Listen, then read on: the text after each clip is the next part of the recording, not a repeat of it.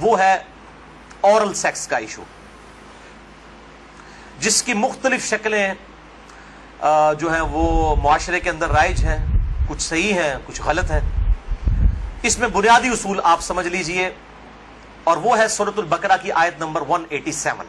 اعوذ باللہ من الشیطان الرجیم، بسم اللہ الرحمن الرحیم۔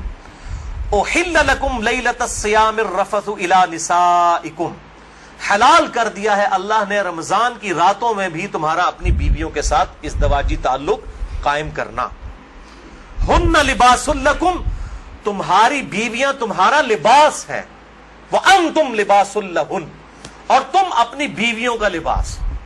اب یہ لباس میں نے جو پہنا ہوا ہے، اس لباس اور میرے جسم کا کوئی پردہ نہیں ہے، میاں بیوی کا آپس میں کوئی پردہ نہیں ہے، کیونکہ ایک دوسرے کا لباس ہے، ایک دوسرے کی عفت اور عصمت کی حفاظت کا ذریعہ بھی ہے، ایک وہ معنی بھی ہے، اور دوسرا اس حوالے سے پریکٹیکلی بھی وہ لباس ہے کہ میاں بیوی کا آپس میں کسی بھی چیز کا کوئی پردہ نہیں ہے۔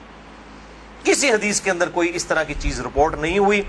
اس حوالے سے ایک مردود اور منقطع روایت پیش کی جاتی ہے، اور اس تابعی کا سما جو ہے وہ سیدہ عائشہ رضی اللہ تعالیٰ عنہا سے ثابت ہی نہیں ہے۔ سنن ابن ماجہ میں حدیث ہے 1922، مشکات میں 3123 ہے، لیکن مردود روایت ہے، منقطع ہے، کہ اما عائشہ رضی اللہ تعالیٰ عنہا کا بیان ہے کہ میں نے نبی صلی اللہ علیہ وسلم کی شرمگاہ کبھی نہیں دیکھی۔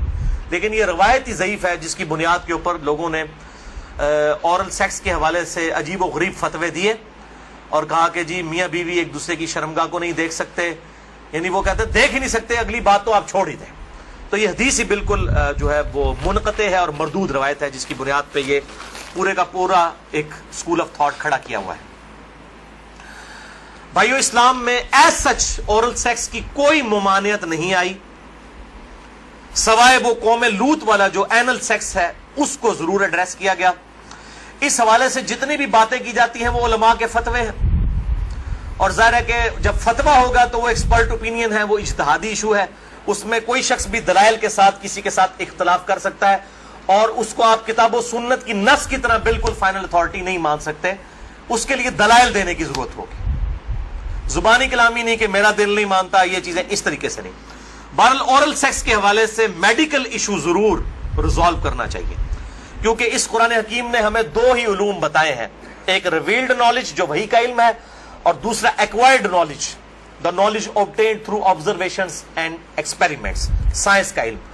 ان دو میں سے اگر ایک علم بھی یہ چیز ویریفائی کر دے کہ اس طرح کا ایکٹ جو ہے صحت کے لیے نقصان دہ ہے، تو پھر اس کی اسلام میں اجازت نہیں ہوگی۔ مثال کے طور پر یہ جو یورینیم ہے، اگر آپ اس کو نیکڈ ہاتھ لگائیں گے تو سکن کینسر اس کی وجہ سے ہو سکتا ہے۔ یہ قرآن و حدیث میں نہیں موجود، لیکن سائنٹیفکلی پروف ہے۔ تو یہ اس کو پھر اس طریقے سے پریکٹس کیا جائے گا اور بچا جائے گا۔ اس حوالے سے میں نے گفتگو بھی کر دی ہے، مسئلہ نمبر 39، علم وحی اور علم سائنس کی اہمیت اور ان کا دائرہ کار، اہل سنت پاک .com پہ۔ بہرحال میں نے اشارتاً اب گفتگو کر دی ہے، عقل مند کے لیے اشارہ کافی ہے، اس میں مزید ڈیٹیل میں جانے کی ضرورت نہیں ہے۔ البتہ آخر میں سیکس کے اعتبار سے دو بڑے کریٹیکل ایشوز ہیں، ان کو ایڈریس کر دوں۔ بڑے دو اہم مسائل ہیں، تاکہ کوئی تشنگی باقی نہ رہے۔ پھر بھی اگر کسی کی کوئی تشنگی باقی رہے، لیکچر کے اینڈ پہ پوچھ سکتے ہیں، یا بعد میں بھی مجھے ای میل کر سکتے ہیں، mirza_95@yahoo.com۔ اور ای میل کے حوالے سے میں آج کل بڑی آزمائش سے گزر رہا ہوں، ای میلز جو ہیں وہ سینکڑوں ہزاروں تک پہنچ جاتی ہیں، اس لیے بعض کا 7-8 دن لگ جاتے ہیں میں جواب، یعنی پہلے تو ایک دن میں دے دیتا تھا، اب وہ ایک ہفتے سے بھی بڑھ جاتا ہے۔ یہ تو ابھی شکر ہے جو اہل سنت پاک .com پہ آتی ہیں وہ ہمارے فرحان بھائی جواب دیتے رہتے ہیں، ورنہ وہ بھی دینی پڑے، اور واٹس ایپ کا جو علیحدہ سے معاملہ میں نے تو وہ مصیبت پالی نہیں ہوئی ہے، کیونکہ میں اس کو مینج کر نہیں سکتا۔ تو یہ آخر میں دو اہم ترین مسائل میں نے بیان کرنے تھے اسی سیکس ڈسپلن کے پوائنٹ آف ویو سے۔ پہلا مسئلہ ہے وہ ہے بڑی عمر کی رضاعت کا مسئلہ، یعنی اگر میں کھل کے بیان کروں کہ اگر کوئی مرد اپنی بیوی کے پستان سے دودھ پی لے تو کیا اس سے رضاعت ثابت ہوگی؟ کیا نکاح ٹوٹ جائے گا؟ کیا اس طرح کا کوئی معاملہ ہو جائے گا؟ کیونکہ امام ابن تیمیہ نے اس قسم کا فتویٰ دیا، اور وہ آج تک جو ہے وہ اہل حدیث کے گلے میں فٹ ہوا ہے۔ سارے تو نہیں، مطلب جو اہل علم ہے وہ تو سمجھتے ہیں کہ فضول فتویٰ تھا، ان کے نزدیک تو اس طریقے سے رضاعت ثابت ہو جائے گی اور نکاح بھی ٹوٹ جائے گا۔ تو میں اس کو ایڈریس کرتا ہوں۔ صحیح بخاری اور صحیح مسلم کی متفقن علیہ حدیث ہے. بخاری میں 5099 5099، مسلم میں 3568 3568، اور مشکات میں بھی ہے انٹرنیشنل نمبر کے مطابق 3161 کہ آپ صلی اللہ علیہ وسلم نے ارشاد فرمایا کہ جو رشتے دودھ کی وجہ سے، جو رشتے جو ہے وہ نسب کی وجہ سے حرام ہوتے ہیں، وہی رشتے دودھ پینے کی وجہ سے بھی حرام ہو جاتے ہیں. یعنی اگر دو مختلف ماں باپ والے بچوں نے کسی ایک کامن عورت کا دودھ پی لیا ہے تو اس عورت کی جو اولاد ہے وہ ان کے بہن بھائی بن جائیں گے دودھ کے رشتے کی وجہ سے. تو جس طریقے سے نسب جو ہے وہ حرمت والا رشتہ بنا دیتا ہے، اسی طریقے سے رضاعت کا رشتہ دودھ پینے کی وجہ سے بھی اسٹیبلش ہوتا ہے، اور وہ ایک دو بار دودھ پینے سے نہیں. وہ صحیح مسلم میں 3597 نمبر حدیث ہے، مشکات میں 3167 3167 کہ کم از کم 5 مرتبہ اگر کوئی عورت دودھ پلا دے کسی بچے کو تو پھر وہ بچہ جو ہے اس عورت کی جو ڈائریکٹ اپنی اولاد ہے اس کا وہ بہن بھائی بن جائے گا 5 دفعہ کم از کم. تو وہ محرمات ابدیہ میں داخل ہو جائے گا جن کا ذکر سورۃ النساء کی آیت نمبر 23 چوتھے پارے کی آخری آیت ہے سورۃ النساء آیت نمبر 23 میں. ہمیشہ کے لیے جو حرمت والے رشتے ہیں، یعنی ماں باپ کے ساتھ، اس طریقے سے دادی دادا، اس طریقے سے چچا تایا ماموں، یہ سارے رشتے جو حرمت والے ہیں وہ اسی ایک آیت کے اندر بیان ہوئے ہیں سورۃ النساء آیت نمبر 23. بھائیو، اس حوالے سے جو احادیث کچھ پیش کی جاتی ہیں کہ اگر کوئی عورت پیالے میں اپنا دودھ نکال کے کسی مرد کو پلا دے تو وہ اس کے ساتھ حرمت والا رشتہ اس کا اس طریقے سے بن جائے گا، تو وہ اس کے لیے محرم ہو جائے گی. تو وہ احادیث منسوخ ہیں اور ان کی ناسخ حدیث صحیح بخاری اور صحیح مسلم دونوں میں موجود ہے. اب امام ابن تیمیہ ان حدیثوں کے اوپر عمل کر کے انہوں نے فتویٰ دے دیا کہ اگر کوئی مرد اپنی بیوی کا دودھ پی لے تو نکاح بھی ٹوٹ گیا، ہمیشہ کے لیے وہ حرام ہو گئی. اور یہ سارا معاملہ، حالانکہ یہ حدیث موجود ہے بخاری اور مسلم دونوں میں. صحیح بخاری میں انٹرنیشنل نمبر کے مطابق 5102، صحیح مسلم میں 3606 اور مشکات میں 3168 3168 کہ نبی صلی اللہ علیہ وسلم نے ارشاد فرمایا الرضاعۃ من المجاعہ کہ جو رضاعت کا رشتہ ہے یہ بھوک کی عمر تک ہے. جب بچہ بھوک کی عمر میں دودھ مانگتا ہے، یعنی زبان سے نہیں وہ مانگ سکتا، بھوک کی عمر تک رضاعت کا رشتہ رہتا ہے. اور وہ قرآن حکیم میں 2 سال بتائی گئی ہے دودھ چھڑانے کی عمر. تو آپ صلی اللہ علیہ وسلم نے کلیئر کٹ فرما دیا کہ جو دودھ چھڑانے کی عمر ہے اس دوران اگر کوئی بچہ دودھ پی لے، اور وہ بھی صحیح مسلم کی حدیث کے تحت 5 مرتبہ، تو تب رضاعت کا رشتہ، دودھ کا رشتہ اسٹیبلش ہوگا، ورنہ نہیں ہوگا. تو اب جو بڑا مرد ہے وہ تو 2 سال کا تو نہیں ہے. تو اس میں ظاہر ہے کہ بالکل امپلائڈ ہے کہ اگر کوئی اس طرح کا معاملہ کر لیتا ہے تو نہ رضاعت قائم ہوگی اور نہ میاں بیوی کا آپس میں کوئی نکاح ٹوٹنے والا معاملہ ہوگا. دوسرا اہم مسئلہ آج کا آخری وہ ہے میرے بھائیوں عزل کا ایشو، یا ماڈرن لینگویج میں کنڈوم کا استعمال. عزل عربی میں کہتے ہیں الگ ہو جانے کو، یعنی جب میاں بیوی ازدواجی تعلق قائم کریں، ڈسچارج کے وقت وہ الگ ہو جائیں، اس کو کہتے ہیں عزل. اور اسی کی ماڈرن فارم جو ہے وہ کنڈوم ہے. فیملی پلاننگ کے پوائنٹ آف ویو سے بھی استعمال کرتے ہیں. اس میں کوئی شک نہیں ہے کہ مفلسی کے ڈر سے فیملی پلاننگ کرنا اسلام میں قرآن حکیم کی آیات کی روشنی میں اس کی کوئی گنجائش موجود نہیں ہے، قطعاً حرام ہے. لیکن اگر عورت کی صحت کا ایشو ہو یا اولاد کی تربیت کے پوائنٹ آف ویو سے کسی کے لیے کوئی ریسٹرکشن ہو، وہ معاملہ الگ ہے، اس کے اوپر وہ والا فتویٰ نہیں لگے گا. اور اس کے ثبوت میں 3 حدیثیں پیش کروں گا، تینوں صحیح بخاری اور صحیح مسلم سے.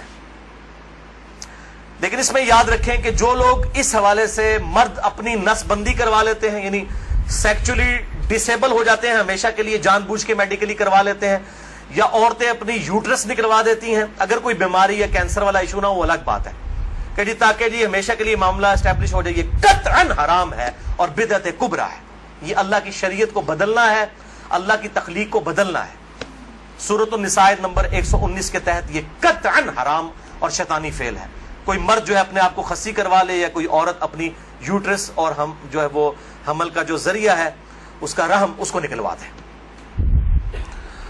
البتہ عزل جو ہے اس کی اجازت ہے. اس کانٹیکسٹ میں 3 حدیثیں ہیں, تینوں بخاری اور مسلم سے. پہلی حدیث صحیح بخاری میں 5208, مسلم میں 3561 اور مشکات میں 3184 ہے کہ جابر بن عبداللہ کہتے ہیں رضی اللہ تعالیٰ عنہ کہ قرآن حکیم نازل ہو رہا تھا اور ہم اپنی بیویوں کے ساتھ عزل کیا کرتے تھے. اللہ تعالیٰ نے قرآن حکیم میں اسے منع نہیں فرمایا, اور جب نبی صلی اللہ علیہ وسلم کو ہمارے بارے میں خبر پہنچی کہ ہم عزل کرتے ہیں, یعنی بیویوں کے ساتھ جب صحبت کرتے ہیں تو ڈسچارج کے وقت الگ ہو جاتے ہیں تاکہ اولاد نہ ہو, تو نبی صلی اللہ علیہ وسلم نے بھی ہمیں منع نہیں فرمایا. نبی پہ تو واجب ہوتا ہے منع کرنا. اور یہ جابر بن عبداللہ وہ ہیں جو 74 ہجری میں فوت ہوئے ہیں.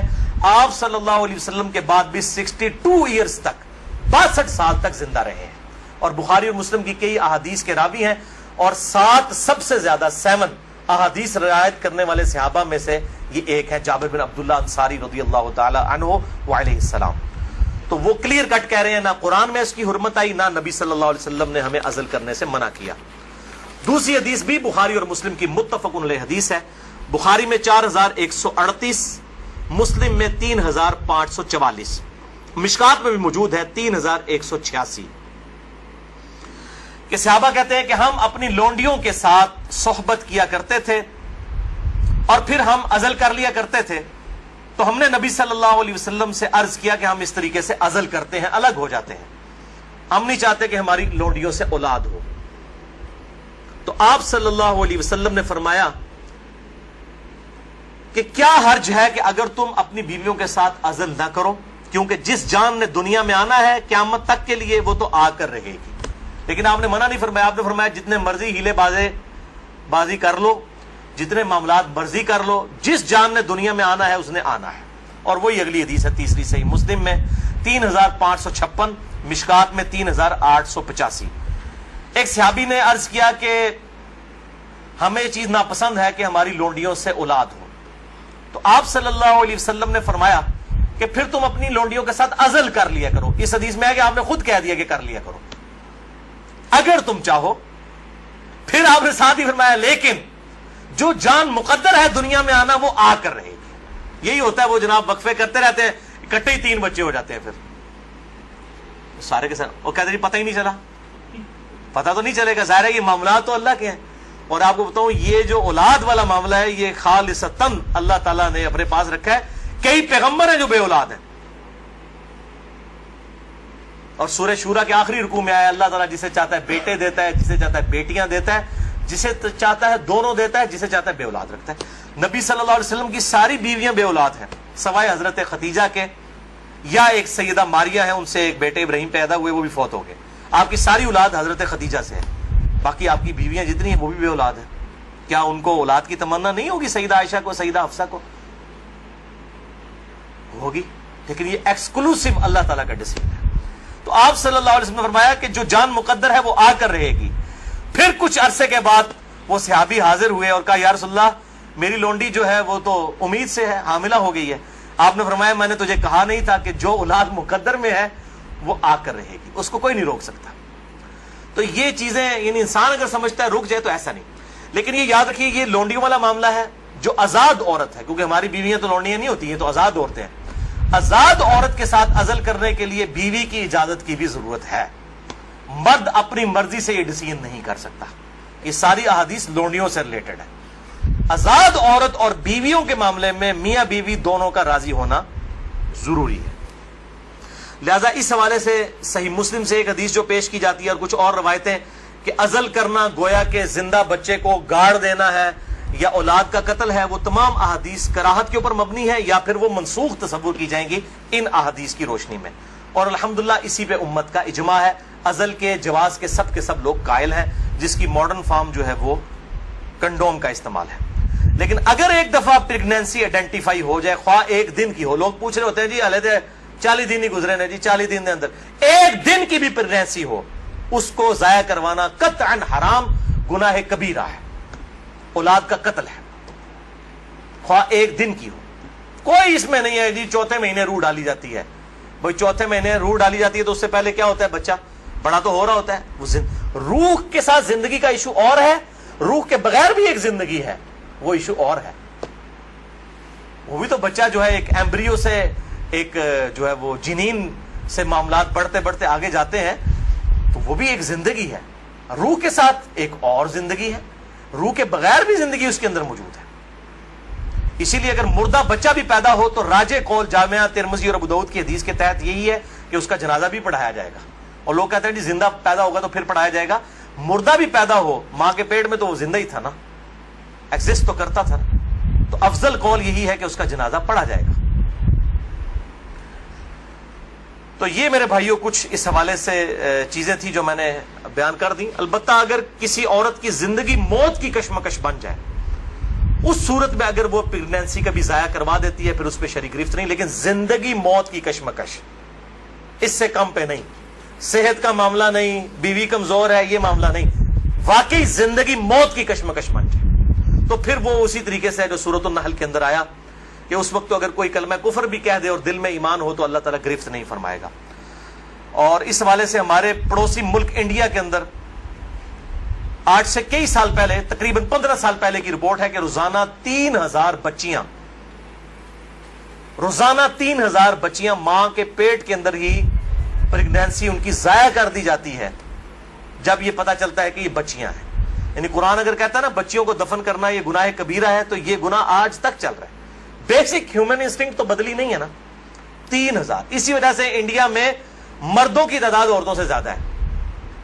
ویسے آپ حیران کن بات آپ کو بتاؤں، اس سال پاکستان کی رپورٹ بھی آئی ہے، پہلے پاکستان میں 52% عورتیں تھیں اور 48% مرد تھے، لیکن اب مردوں کی پرسنٹیج عورتوں سے پاکستان میں بھی بڑھ گئی ہے، اور اس کی مین ریزن ہی یہی ہے۔ یہ بہت بڑا گناہ ہے اور اللہ تعالیٰ پالنے والا ہے۔ 1901 کے اندر، یعنی جب 20ویں صدی کا آغاز ہوا، 1 ارب آبادی تھی، پھر اللہ تعالیٰ نے سائنس کی ترقی کرائی، انسان نے بیماریوں کا کنٹرول اس فزیکل فینومینا آف نیچر سے سیکھ لیا، اور اس وقت 1901 میں کہا جاتا تھا کہ 2001 کے اندر اگر دنیا کی آبادی ڈبل ہو گئی نا تو روٹی نہیں کوئی کسی کو ملے گی۔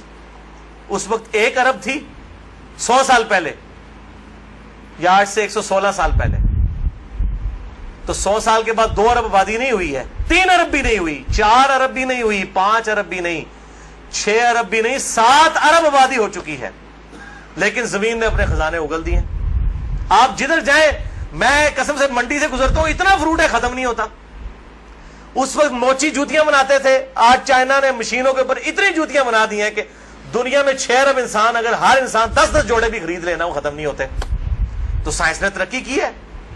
جس زمین سے 40 من گندم نکلتی تھی آج 400 من نکل رہی ہے، 10 گنا زیادہ۔ امریکہ لاکھوں ٹن گندم ہر سال پیسیفک اوشن میں، بحر الکاہل میں ضائع کر دیتا ہے، ایکسیسو پیدا ہوتی ہے۔ انٹرنیشنل مارکیٹ میں گندم کی پرائس کو کنٹرول کرنے کے لیے لاکھوں ٹن گندم ضائع کی جاتی ہے، ایکسیسو پیدا ہو رہی ہے۔ تو اللہ تعالیٰ نے ترقی بھی کروا دی اس اعتبار سے، آپ ٹینشن نہ لیں۔ آج تو کیسے 1960 سے پہلے تو ایز سچ اس بڑے پیمانے کے اوپر تیل کی نعمت تو نہیں تھی دنیا کے اندر۔ ان عرب ملکوں میں 1960 کے بعد تیل نکلا ہے۔ ویسے تو تیل کا پہلا کنواں 1748 میں امریکن جو اسٹیٹ ہے پنسلوینیا، اس میں دریافت ہوا تھا، لیکن مین تیل جو نکلا ہے وہ اسی 20ویں صدی میں، کسی نے سوچا بھی نہیں تھا۔ اور اب تو اس سے بھی بڑی انرجی کا سورس ہے، وہ سولر انرجی ہے۔ اب چائنا نے کام کرنا شروع کر دیا، آپ دیکھیں گے 10-15 سالوں کے اندر جو ہے وہ ہر بندے نے اپنا جو ہے نا بجلی کا سسٹم اپنے گھر کے اوپر لگایا ہوا ہوگا۔